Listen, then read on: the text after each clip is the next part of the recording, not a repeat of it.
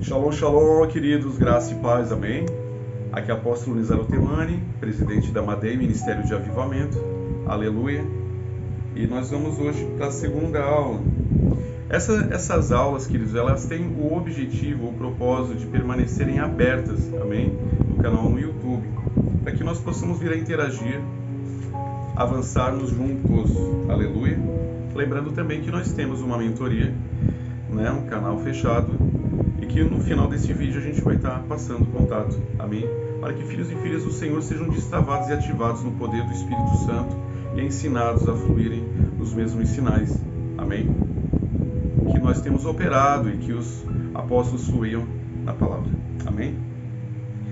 Essa aula de hoje, ela tem o propósito de trazer uma revelação para você acerca do ministério feminino. Pode ministério feminino? Não pode ministério feminino? A gente vai estar trazendo isso hoje. Lembrando que existem duas grandes dispensações. Nós não vamos trazer as pequenas, mas nós vamos trazer as maiores. Na Bíblia, existem duas grandes dispensações, conhecidas como Velho Testamento e Novo Testamento. Aquilo que era aplicado no Velho Testamento, que está na Bíblia, que é de Gênesis a Malaquias, se repetir de Mateus a Apocalipse, é para nós nos dias de hoje. Mas se não se repetir, é porque não é para nós nos dias de hoje, amém? Então nós vamos trazer algumas chaves, amém? Gênesis capítulo 2, versículo 24. Deixa eu abrir aqui. Gênesis 2, 24. Diz assim: É por isso que o homem deixa o seu pai e a sua mãe, para se unir à sua mulher, e os dois se tornarão uma só carne, amém?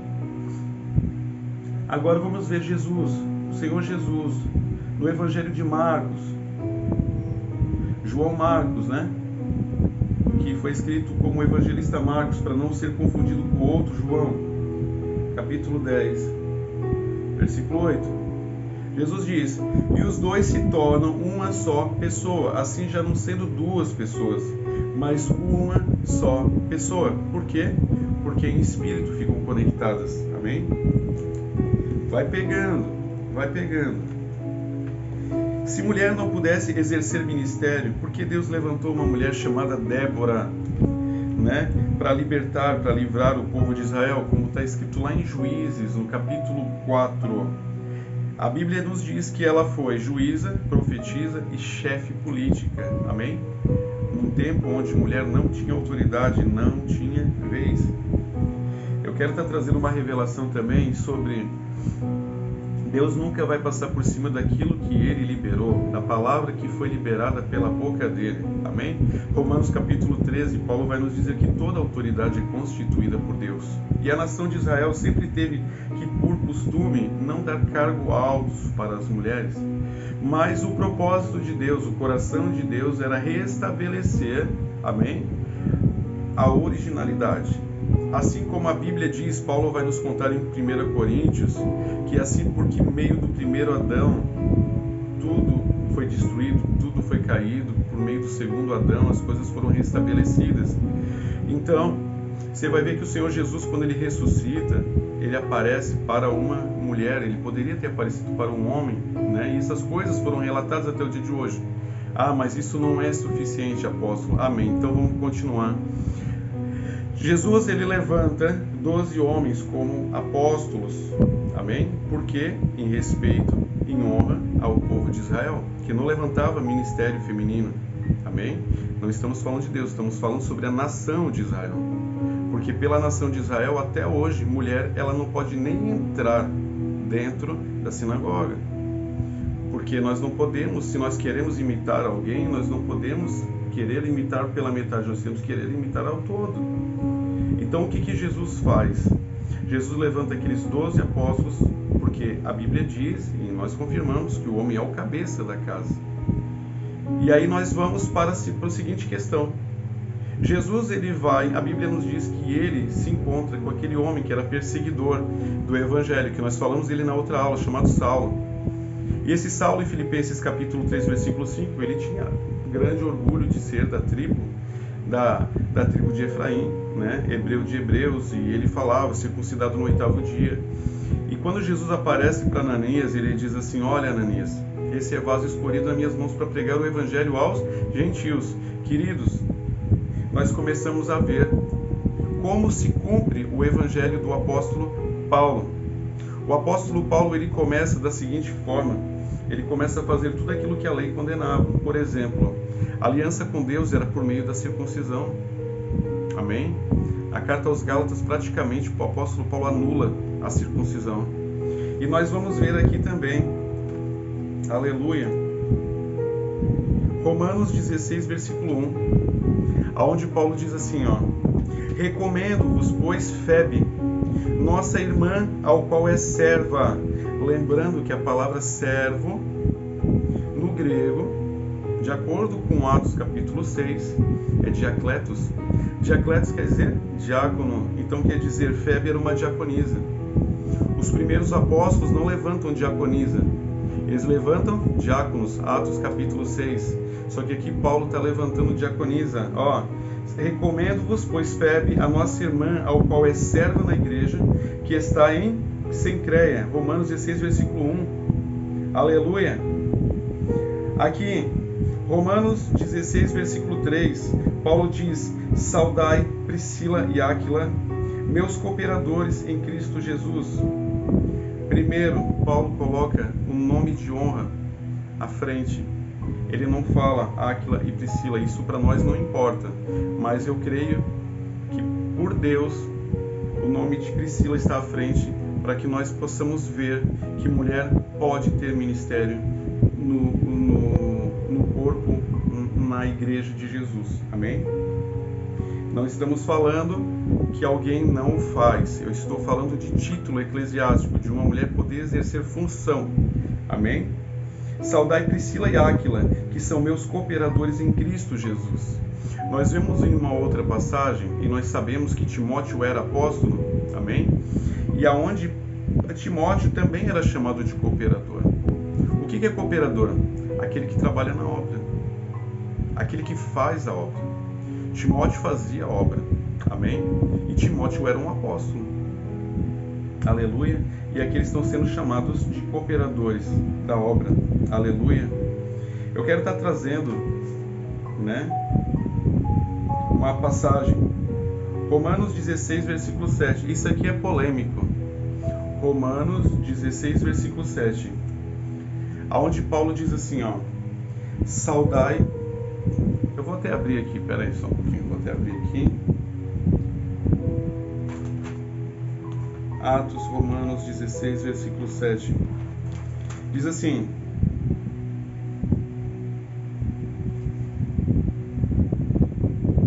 olha só.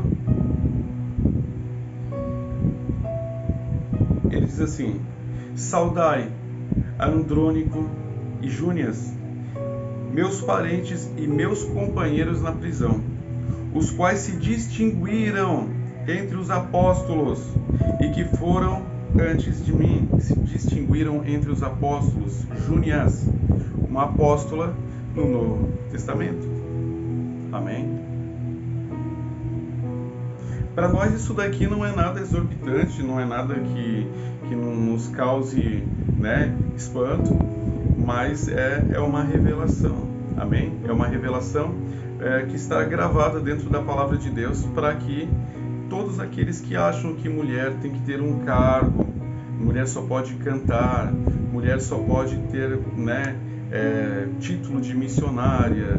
Não estou falando nome de ministério, não, queridos, é só para uma reflexão. É só uma reflexão. Amém? É só uma reflexão. Aqui na Bíblia está dizendo, está falando sobre diaconisa, está falando de mulheres fazendo obra no Novo Testamento e está falando sobre apóstola no Novo Testamento. Amém? Aí eu gostaria de estar trazendo o nome de mulheres revolucionárias. Mulheres revolucionárias que ajudaram que esse ministério de poder, o Evangelho de Jesus, chegasse até os nossos dias de hoje. E revelações extraordinárias. Mulheres que são minhas heroínas na fé. Amém? Existiu uma mulher que nasceu no ano de 1844 e faleceu em 1924, chamada de Maria Woodworth Etter, e também conhecida como a avó do pentecostalismo. você que gosta de leitura, você que gosta de ler, existe uma coleção de livros chamado Generais de Deus. É extraordinário. Conta a história que essa mulher, ela foi visitada por um anjo e ela recebeu impartição, poder através de um anjo. Amém? Nós somos pessoas, nós temos um chamado de mestre, então a gente ensina as pessoas a operar, queridos. Então a gente traz o que aconteceu com essa mulher. Existem duas formas de você receber o poder de Deus. Uma, né, é por forma de nós cremos, e se você desejar, depois você escreva nos seus comentários, nós vamos trazer um ensino a respeito disso. Amém? Nós cremos muito em predestinação porque é bíblico, amém? Então, o que acontece? Ela foi predestinada para ser ativada pelo poder de Deus para trazer avivamento para o mundo, amém? E esse anjo impartiu poder sobre ela, amém? E ela teve como filha, na fé, ao qual foi impartido o poder sobre ela, uma mulher chamada Aimee Semple McPherson, que nasceu no ano de 1890 e morreu em 1944. Essa mulher nada mais do que foi a fundadora da Igreja do Evangelho Quadrangular. Que o nome do primeiro ministério não foi Igreja do Evangelho Quadrangular, mas sim Angelus Church, né? O Templo dos Anjos.